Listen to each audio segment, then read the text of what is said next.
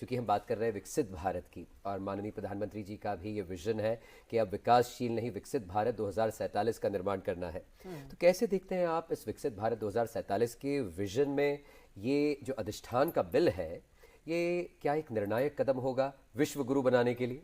आपने बिल्कुल ठीक ही कहा।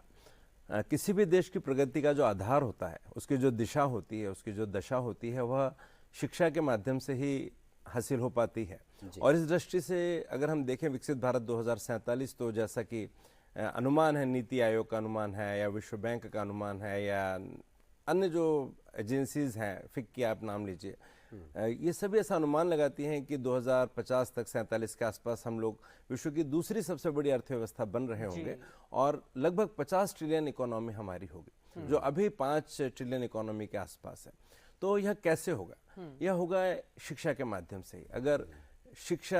अगर युवा शिक्षित ना हो, अगर युवा प्रशिक्षित ना हो, अगर वो स्किल्ड ना हो, तो इसको कैसे हासिल किया जा सकेगा, मैं नहीं समझ पाता हूँ कि ऐसा कुछ संभव है कि जब तक हम युवाओं में बदलाव ना लाएं, क्योंकि अभी जो बच्चा है वो 47 तक युवा होगा और अभी जो युवा हैं वो रथ के सारथी होंगे। तो ये जो अधिष्ठान है जिसके के बारे में चर्चा है, और बहुत मैं आपको बधाई देना चाहूँगा इसलिए कि आपने आज इसको यहाँ चर्चा का आधार बनाया, क्योंकि अभी ये चर्चा के लिए जनता के बीच में है, जनता इस पर अपनी राय दे, जनता इस पर बात करे और सारे स्टेक होल्डर्स जो भी शिक्षा से संबंधित लोग हैं वो सभी इस पर चर्चा करें। इस दृष्टि से आज ये बात बहुत प्रासंगिक हो गई है। और यह जो विकसित भारत 2047 है, इसको हासिल करने के लिए भारत सरकार ने जब इस बिल को लाया है, इसके पहले राष्ट्रीय शिक्षा नीति 2020 लाई गई है, उसके पहले उसके आसपास लगभग 2023 में ANRF अनुसंधान रिसर्च फाउंडेशन की स्थापना हुई।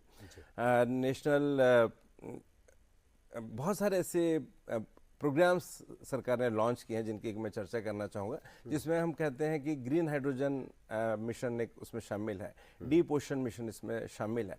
ऐसे तमाम कार्यक्रम चल रहे हैं जो कि हमारी जो स्थिति है भारत की, अगर आप विचार करेंगे इनोवेशन के क्षेत्र में, तो हम दुनिया की तीसरी सबसे बड़ी ताकत हैं। स्टार्टअप में हम दुनिया की तीसरी सबसे बड़ी ताकत हैं।